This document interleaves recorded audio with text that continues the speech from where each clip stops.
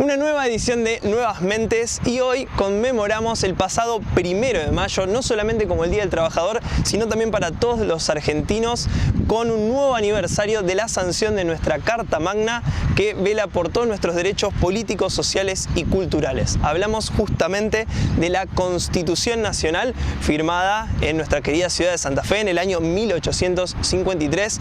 Detrás mío está el Museo de la Constitución, del cual verán imágenes, y de paso realizamos una nota con Mario Andino, profesor de la Universidad Católica de Santa Fe y además especializado en ciencias sociales.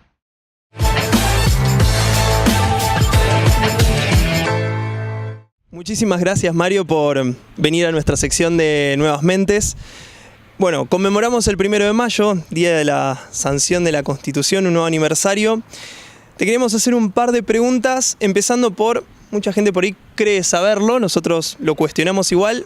¿Qué es y qué simboliza la Constitución?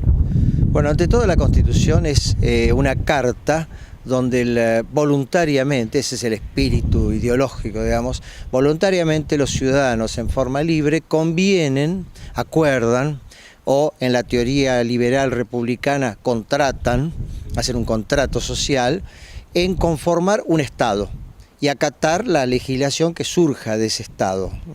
Dado ese origen o tradición liberal que tiene nuestro contrato, Rousseau, Locke, Montesquieu, todos los antecedentes en Francia y en Inglaterra,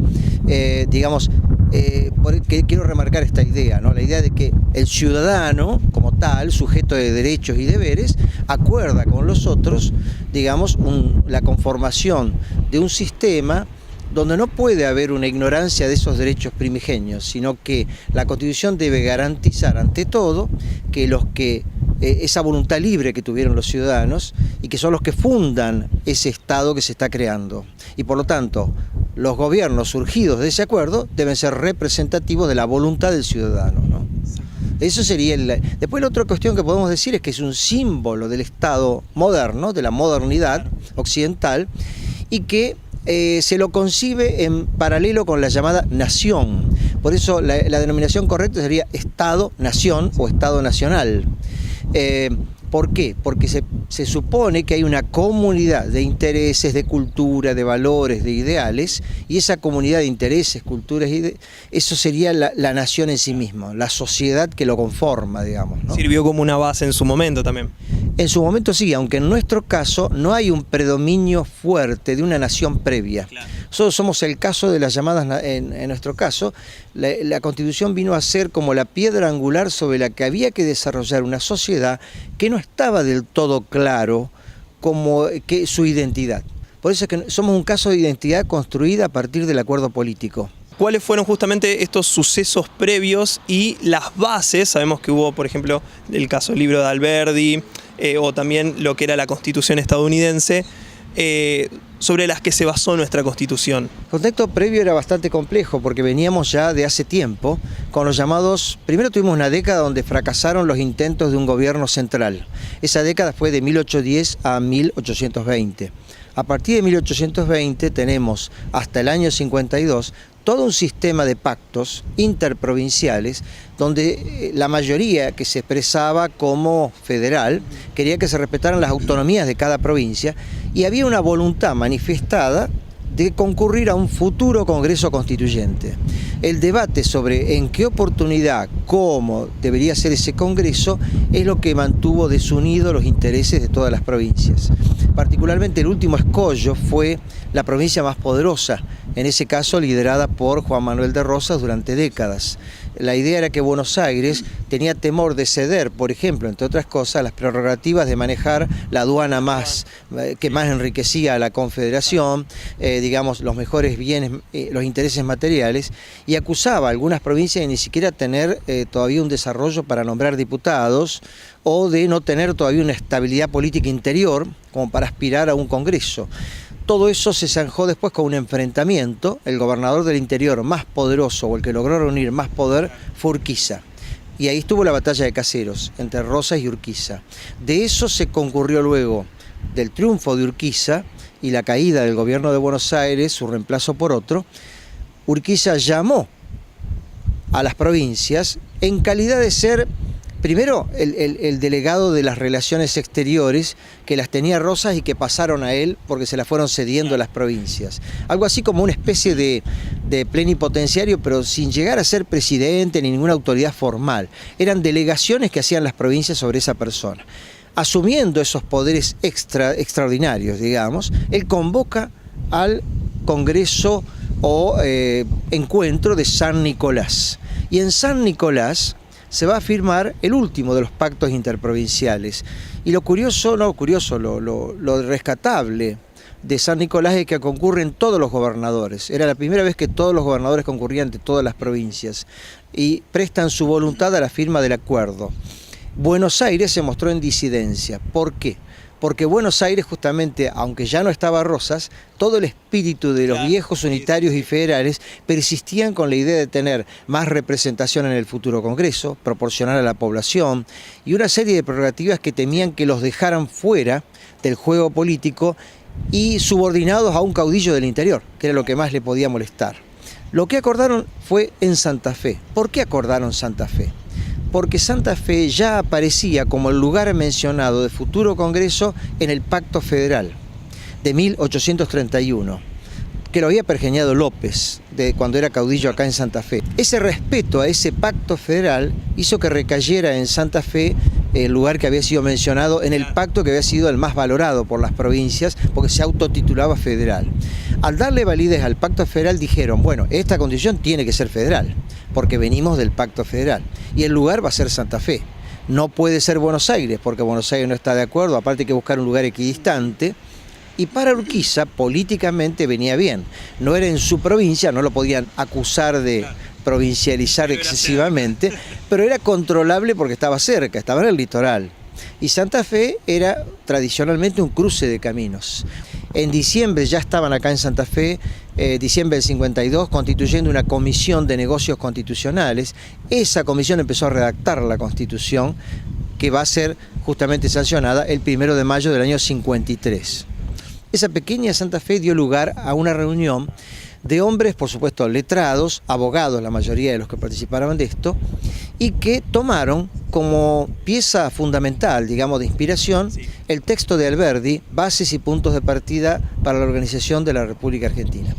De algún modo lo que vos ves reflejado en el preámbulo es el espíritu alberdiano de la Constitución, abierta a todos los hombres de buena voluntad, etcétera, etcétera, ¿no?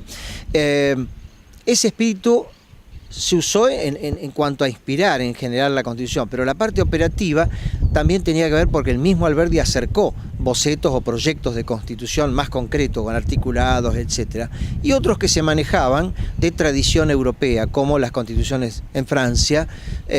También se tenía en cuenta el antecedente norteamericano, por supuesto, que eran los únicos corpus que había, digamos, modélicos en ese momento desarrollados. Si bien se sancionó en 1853, que era lo que hablábamos, por ahí se suele decir, danos tu opinión personal, que tardó varias décadas en aplicarse sobre todo la ley, lo que es la Constitución. A título personal, ¿pensás que es así? Bueno, te lo dije ya en cuanto al marco institucional. En lo cultural yo diría que llevó un poco más. Claro. Porque no todos estaban habituados a tener un gobierno central. Hubo que hacer todo un trabajo, una pedagogía, digamos, de la Constitución a través de la escuela. La escolarización de la población se acrecentó recién a partir del 80, con la ley 1420, obligatoria. Y había provincias donde la única realidad para ellos política era el gobernador local, no el presidente, que estaba ya lejos. No había impuestos nacionales como los conocemos hoy. Prácticamente la base rentística de la nación era el puerto, era la aduana, la exportación, derecho de exportación. Por lo tanto, no había un acostumbramiento, una cultura de Estado nacional verdaderamente arraigado en la sociedad. Sumale a esto las oleadas de inmigrantes que empezaron a llegar, por eso la educación fue tan importante y por eso la educación incluyó la enseñanza cívica, la Constitución, y una historia común en la cual aparecieron el procerato, San Martín, Belgrano, todos los eslabones para que el hijo del criollo y el hijo del inmigrante sintieran una identificación con íconos, con símbolos, y que les den una identidad común. Teniendo en cuenta la Constitución Nacional actual, ¿le modificarías algo? Sí, yo no soy, técnicamente no encuentro ahora la posibilidad de decirte modificaría algo. Yo diría que se han incorporado distintos derechos. Está un poco desordenada la Constitución, se fueron agregando como pedazos de derechos a medida que se iban haciendo las deliberaciones. Pero a mí me preocupa no tanto eso, me preocupa, digamos, fundamentalmente que cumplamos con lo que tenemos. O sea, la Constitución tiene bastantes elementos sabios para desarrollar un Estado. Pero, por ejemplo, hay algunos institutos de la Constitución que no se cumplen, que no se tienen en cuenta. Uno de ellos es el instituto de convocar a la opinión ciudadana a través de la consulta popular. Por ejemplo, eso no se hace. Acá estamos mucho llenándonos la boca de las PASO, se gasta mucho dinero en las PASO, las primarias, que a mi juicio yo no estoy de acuerdo con las PASO, te aclaro, es una postura personal. Creo que eso debería resolverlo cada partido y no la población entera. En cambio, sí estaría de acuerdo que cada vez que nos llaman a elegir verdaderamente candidatos, se nos hagan consultas, como ocurre en otras naciones. A ver, pero consultas incluso no necesariamente vinculantes, que el Estado mismo haga encuestas para trazar futuros planteos, temas como el tema del aborto, temas como el tema de, protección del medio ambiente, temas como si el periodo presidencial es correcto, es adecuado, y en la Constitución figura esa consulta popular. Y solamente que yo recuerde se hizo la del canal de Beagle, en la época del gobierno de Alfonsín, donde se hizo una consulta popular. Entonces me parece que en ese aspecto te digo que hay que tener más en cuenta elementos que están en la Constitución y no los estamos aprovechando, digamos, ¿no? Sí se aprovechan el marco internacional, los 10 tratados internacionales de los cuales somos signatarios y por lo tanto tienen validez constitucional. O sea, es una Constitución que está adaptada bastante a lo que hoy es la globalización, digamos, no está tan atrasada en ese sentido. Pero bueno, esa es un poco mi idea de cómo veo hoy la Constitución. Bueno, Mario, muchísimas gracias por la nota con este lindo museo de fondo. Gracias a ustedes y para mí es un gusto, así que gracias. Gracias a vos, Mario.